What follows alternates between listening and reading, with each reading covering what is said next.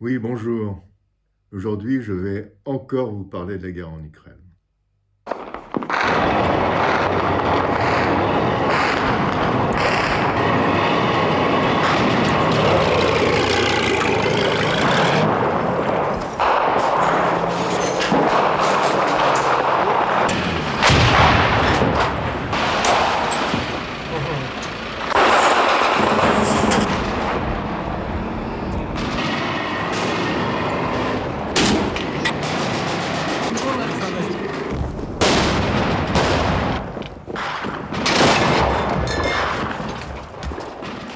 Boule de feu traverse le ciel de Kharkiv, sous les cris de joie et les applaudissements des soldats ukrainiens.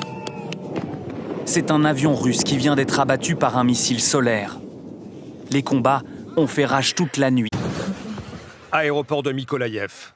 Ces soldats ukrainiens embusqués tirent sur une colonne russe. C'est un coup direct. Aucun blindage ne résiste aux missiles anti-chars et les forces russes en sont régulièrement victimes, comme ici dans la banlieue de Kiev. Dans le nord-est, c'est dans le coffre des voitures de civils que ces missiles sont livrés par dizaines. Et pour montrer qu'ils sont vraiment très faciles à utiliser, les forces spéciales ukrainiennes publient un mode d'emploi complet sur les réseaux sociaux. Les Ukrainiens peuvent aussi compter sur les missiles antiaériens de type Stinger qui leur sont livrés en masse. Tirés depuis le sol, ils atteignent toujours leur cible. Et pour les équipages russes, c'est devenu une hantise. Alors, au grand bonheur des vendeurs d'armes, il y a enfin une guerre avec des chars de l'autre côté.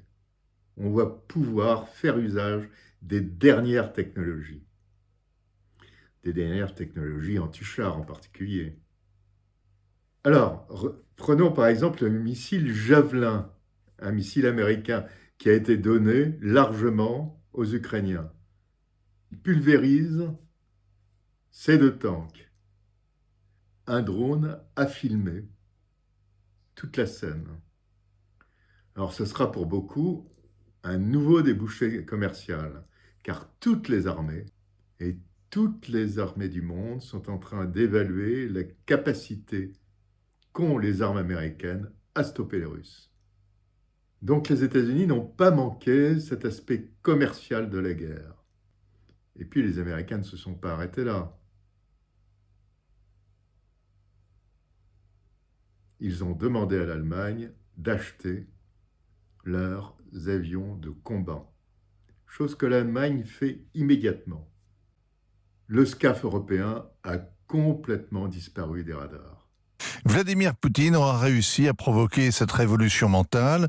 Il a ressoudé l'OTAN et ressuscité l'Allemagne avec son casque à pointe. Le chancelier Scholz a sorti son carnet de chèques, promis de consacrer 2% du PIB à la défense et mis 100 milliards d'euros sur la table. Et comme la guerre sonne à la porte, il s'est précipité pour acheter sur étagère le meilleur appareil américain, celui qui lui apporte la meilleure garantie, le F-35 de Lockheed Martin. C'est l'appareil et l'assurance qu'offre l'OTAN, qu'ont déjà choisi les Italiens, les Polonais, les Néerlandais, les Norvégiens, les Finlandais, les Suisses, sans oublier les Britanniques. Le choix de l'Allemagne risque de précipiter celui des Tchèques et des Grecs. On regarde la liste et on se dit que l'Europe vole américain, que la guerre en Ukraine assoit la domination américaine sur l'Europe. Les esprits terre à terre disent que le F-35 passe le plus clair de son temps cloué au sol et que sa maintenance est hors de prix. Un désastre financier et militaire, mais un triomphe commercial. Mais en fait, c'est là son moindre défaut. En plus, il est plutôt beau, le F-35. Bref, en tout cas, les Français craignent... Quelle futilité. Oui. Les Français craignent surtout qu'avec des F-35, l'Allemagne enterre le projet d'avion de combat européen, le fameux SCAF. Le SCAF, comme système de combat aérien du futur. Avec ça, l'Europe sera prête pour la guerre en 2045. Le projet a été lancé en grande pompe il y a 10 ans, au départ avec les Britanniques. Le Brexit l'a abattu en plein vol. Les Allemands et les Espagnols ont pris le relais. Mais le projet s'est rapidement enlisé. Pourquoi ? Eh bien, à cause des querelles entre Dassault, chargé de la maîtrise d'œuvre, et Airbus. Les ingénieurs mettent du génie dans leurs querelles. Les Français, qui protègent leurs secrets industriels, en sont venus à se demander si les Allemands tenait vraiment à construire cet avion ou si ces fourbes s'en servaient seulement pour obtenir des transferts de technologie. Autrement dit, rattraper le retard qu'ils ont accumulé depuis la Seconde Guerre mondiale, depuis que les Messerschmitt, les Stuka et les V2 ont été cloués au sol et leurs inventeurs cloués au pilori. Fin février, alors que les tambours de la guerre résonnaient déjà aux frontières du Donbass, le nouveau chancelier Olaf Scholz prétendait que ce projet d'avion de combat européen était la priorité absolue, même s'il n'était même pas évoqué dans le contrat de coalition avec les écologistes. Ça fait 3 semaines, c'est comme si ça remontait à 3 siècles. Alors tout cela au grand dépit des Européens, des Français en particulier, qui avaient tout misé sur le SCAF qui allait remplacer le Rafale de Dassault. Alors des volontaires arrivent de partout, de Libye, de Syrie, de partout. Biden, lui-même, a demandé à ce que des volontaires partent en Ukraine.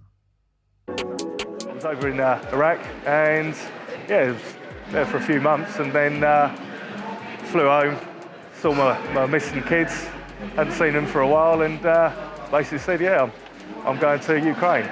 So big shock and I feel a bit sorry for them, to be fair. I know they were pretty upset, but comme son collègue Vladimir Poutine, qui lui a demandé aux Tchétchènes et aux Syriens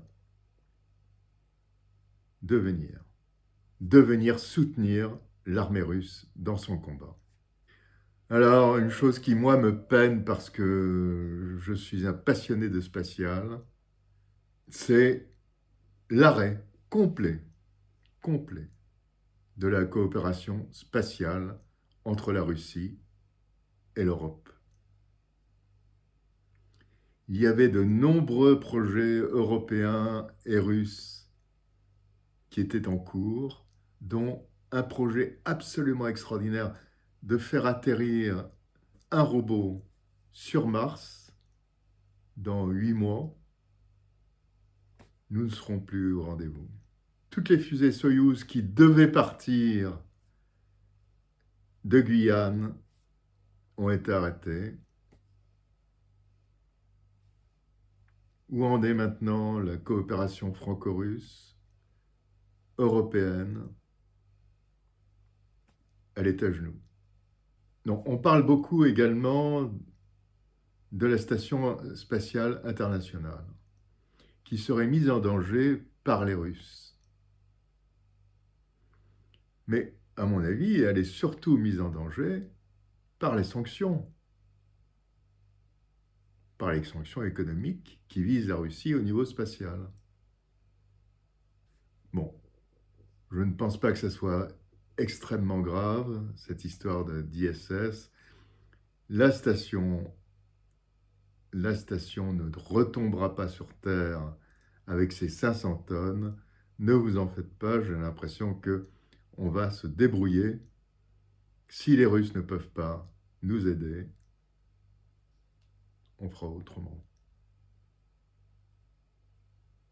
Bon, écoutez, à bientôt sur ma chaîne.